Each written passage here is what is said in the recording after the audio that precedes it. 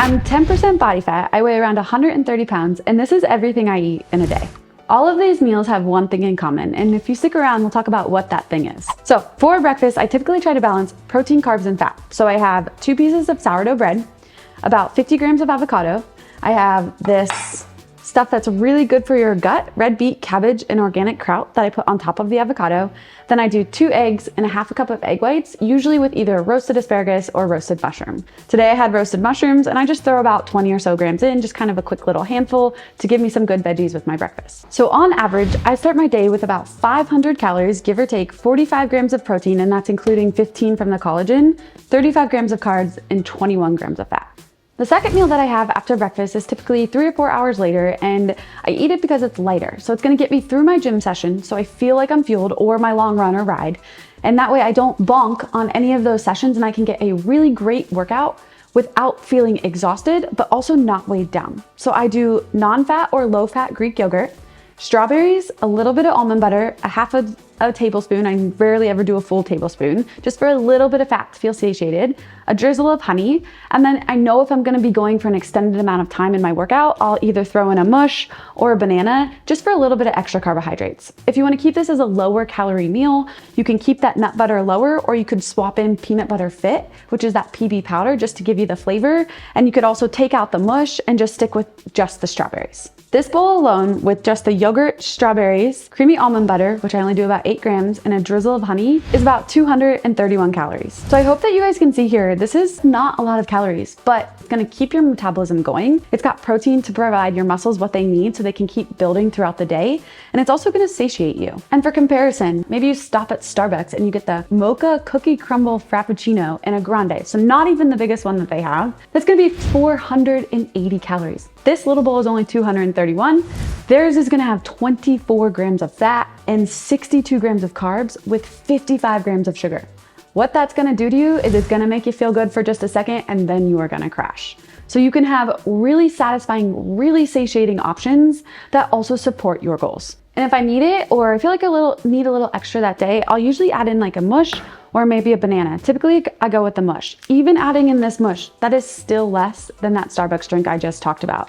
If I add this mush in this entire meal, which I usually just dump it right on top, so it's a ton of food, comes to about 445 calories, 28 grams of protein, 49 grams of carbs, and 15 grams of fat. So it just bumps up that carb intake so you have a little bit more in your system to help get you through your session. Say you don't have mush, you can't find mush in the grocery store, or maybe you just don't quite want that much. Swapping in the banana in place of the mush is gonna take the bowl from about 230 calories to about 320. And this has an additional about 20 to 25 grams of carbs depending on the size. So that's gonna be just a little bit less than the mush, which is gonna have closer to 40 grams of carbs. So it's a good in the middle. You can just slice it up, throw it right on top, mix it in, and it's delicious, I promise. So we're on meal number 3. Again, 3 or 4 hours later, typically when I just finished my workout. So this one has a little bit lower fat. Still has a little bit, but not quite as much as the other two. So I always start with some sort of a carb. Typically it is rice-based because that's going to digest and absorb quickly, and it's just really easy to eat after you've worked really hard. So it's chicken breast that I cook in an Instant Pot, super easy, super simple, with a little bit of black beans, about a tablespoon of salsa, and a little bit of pico de gallo. And Pat is behind the camera and he just gave me the funniest look. Do you guys say pico de gallo like I just said, or do you say pico de gallo? Go ahead and put that in the comments. Let's get back to the video. So again, when I build this meal, typically now I start with the carb base because I've just finished my workout and I want to fuel my muscles, because that's the most important time to make sure you replenish those glycogen stores. So I start with a rice base.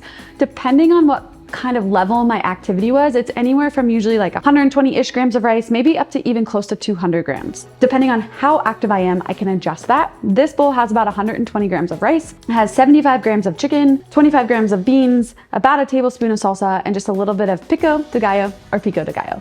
Overall, the calories for this bowl. This video is sponsored by Element, and this is their new sparkling electrolyte water. This drink delivers the same zero sugar formula that you already know, love, and trust. And now it's in a 16-ounce can of sparkling water. I recently ran my first ultra marathon, and the 2 most important things outside of putting your training in, of course, is gonna be hydration and fueling. And I was nuts about both. I had so many elements stuffed into every pocket of my vest. I had one in each of my water bottles. I've got about 12 more miles to go. I've got my elements in my bottles, some carbs, and I'm looking forward to seeing what the next 12 miles holds. and I had them all over our van because it's a fact that hydrating with water alone is not enough. The latest science shows that electrolytes, especially sodium and potassium, are the driving force of energy production in our cells, our muscles, and our nerves. Whether you're going out for a long run, taking your kids to the park, or going to the gym for a great workout, we all need to hydrate so we can feel our best. And we need to make sure we hydrate with more than just water. Element's new sparkling electrolyte waters come in a 16-ounce can, and they have 1,000 milligrams of sodium, 200 milligrams of potassium, and 60 milligrams of magnesium. And most carbonated drinks typically have tons of sugar, or they have a lot of stimulant. This has neither. So there's 0 caffeine and 0 sugar, only that science-backed formula that you know and you love. And if you're an Element Insider, you have first access to Element Sparkling. This deal is only good through my link, so make sure you guys click the link below to get that free sample pack with any drink mix purchase. drinklmnt.com/Kristi Ermo, drinkelement.com/Kristi Ermo. Now, back to today's video.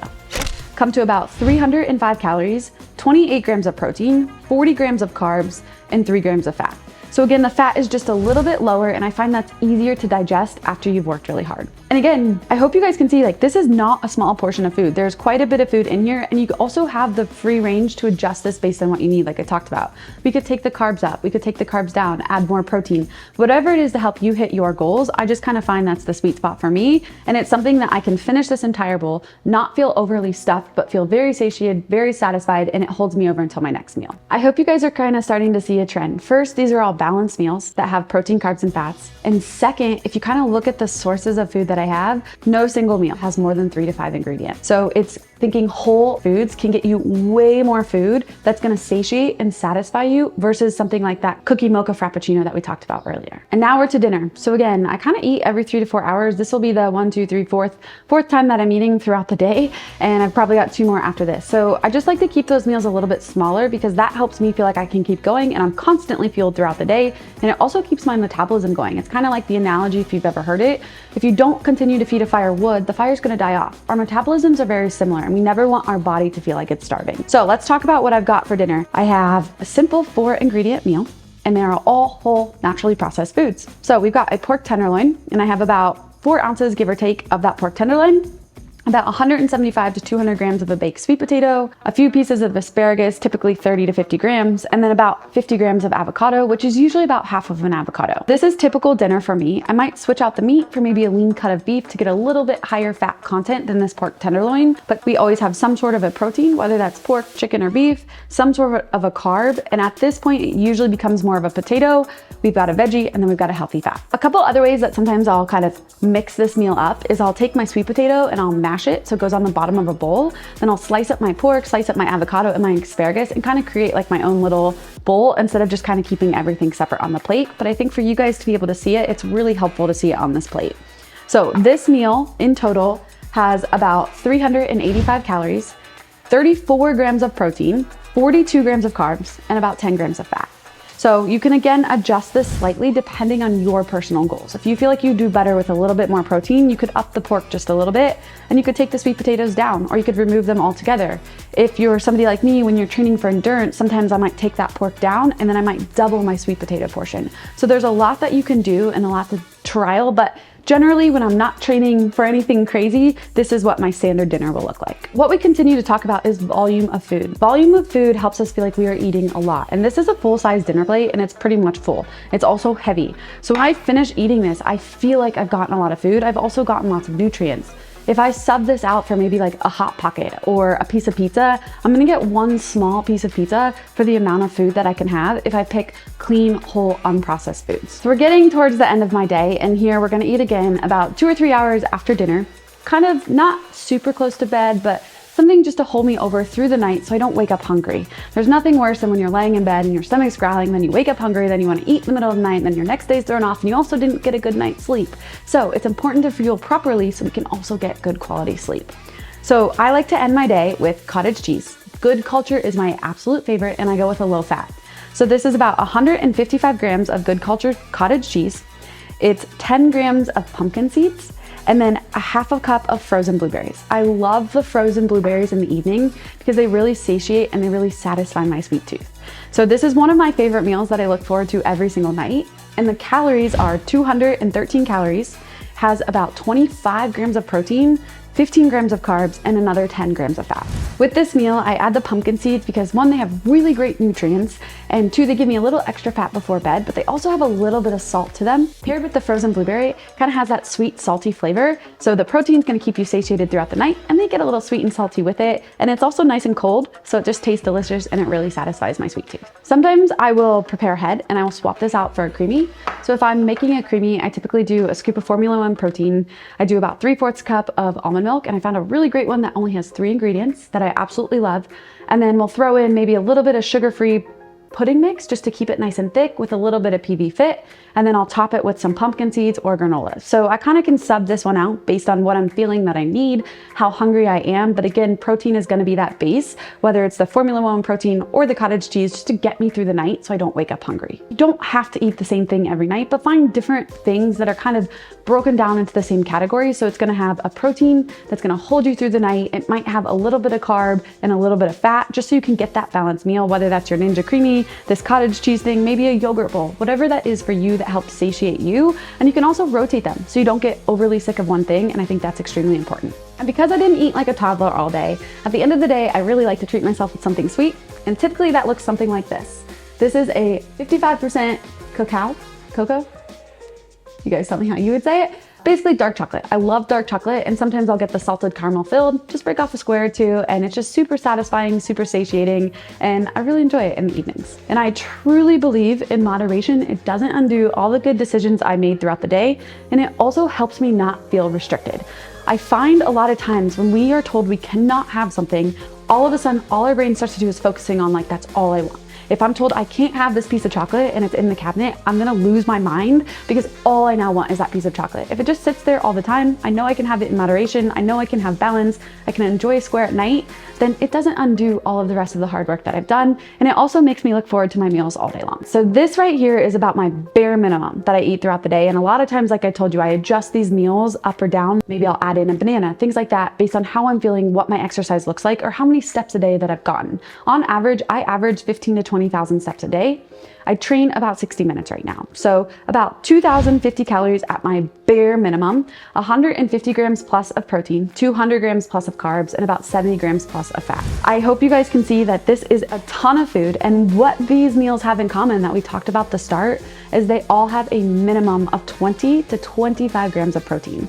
And that is super, super important to be putting into your body every 4 or so hours so your body doesn't go catabolic. Catabolic means our muscle breaks down, but it keeps our body in muscle protein synthesis, and it keeps our body more in that anabolic stage so we can maintain our muscle, we can fuel ourselves, and we can keep our metabolism firing. Make sure that you have some source of protein at every single meal. It's really gonna keep your blood sugar stable, it's gonna make you feel satiated, and it's gonna help you achieve not only the aesthetic look, but also the performance that you're looking for in the gym. The other thing that these meals have in common is they are whole, unprocessed foods. So you can eat really well, feel really satisfied and really satiated with whole, unprocessed foods. I think it's also important to listen to your body. If you start to realize like, wow, I've been eating all of this and now all of a sudden I'm getting hungry, it means your metabolism is likely continuing to fire, and you probably need to add a little bit more food, whether that's a separate snack or increasing the volume of the food at the meals, whether protein or carbs. I hope this video was super helpful for you guys. This is kind of just a look into some of the foods, some of the meals that I eat on a daily basis, how I eat them throughout the day. And I hope that you are able to apply some of this to your nutrition so you can smash your aesthetic and your performance goals. And if you want a workout plan that's as structured and well put together as this day of eating, check out the link below for the IBEX Training app. And if you want to continue to see more videos like this, please smash the like button. Don't forget to drop a comment below of what other videos you'd like to see, and make sure to hit subscribe. We look forward to seeing you in the next video.